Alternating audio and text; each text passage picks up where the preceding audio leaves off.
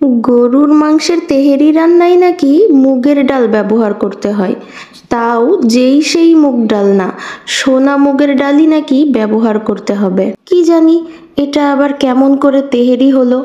আমার তো বাবা এটাকে খিচুড়িই মনে হয়। আসসালামু আলাইকুম এভরিওয়ান। এতক্ষণ আমি বলছিলাম রোজার ইফতারি আয়োজনের কথা। সেদিন আমাদের বাড়িতে প্রায় 300 থেকে 350 জন মানুষের জন্য ইফতারির আয়োজন করা হয়েছিল।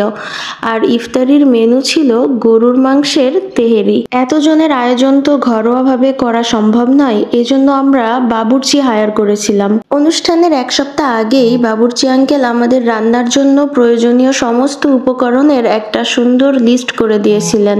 লিস্টে উপকরণগুলো লিখতে গিয়ে আমি একটু সময় অবাক হয়ে গেলাম যখন বাবুর্চি আঙ্কেল আমাকে লিখতে বললেন সোনা মুগ ডাল 2 কেজি।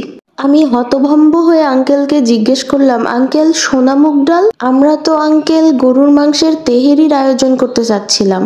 আঙ্কেল তখন আমাকে থামিয়ে দিয়ে আশ্বস্ত করলেন যে তুমি আমার উপর বিশ্বাস রাখতে পারো। চাল আর মাংসের পরিমাণের তুলনায় খুব অল্প পরিমাণেই সোনা মুগ ডাল ব্যবহার করলে তেহেরিটার টেস্ট নাকি দ্বিগুণ হয়। আমরা এর আগে কখনোই তেহেরিতে মুগ ডাল ব্যবহার করতে দেখিনি কিংবা কখনো কোথাও শুনিও নি।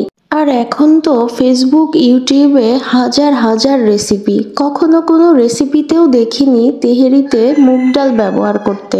ব্যাপারটা নিয়ে অনেক কনফিউশনে থাকলেও শেষ পর্যন্ত একটা রিস্ক নিয়ে রাজি হয়েই গেলাম এবং আগ্রহ নিয়ে অপেক্ষা করতে থাকলাম। মোটামুটি আমরা সবাই খুব এক্সাইটেড ছিলাম যে এই মুগ ডালের তেহেরি কেমন খেতে হয় সেটা দেখার জন্য। আচ্ছা, এতক্ষণ যারা ভিডিওটা দেখছিলেন তারা নিশ্চয়ই রান্নাটা খেয়াল করে দেখেছেন, তাই না? বাড়ির রান্নার ধরন আর বাবুর্চিদের রান্নার ধরন কেন যে একরকম হয় না আমি সেটাই বুঝতে পারি না। আমি ভেবেছিলাম বাড়ির রান্না আর বাবুর্চিদের রান্নার ধরন হয়তো একই রকম হবে, শুধু মশলা বা অন্য কোনো কিছুর হয়তো একটু তারতম্য থাকতে পারে, তাদের সিক্রেট কিছু রেসিপি থাকতে পারে।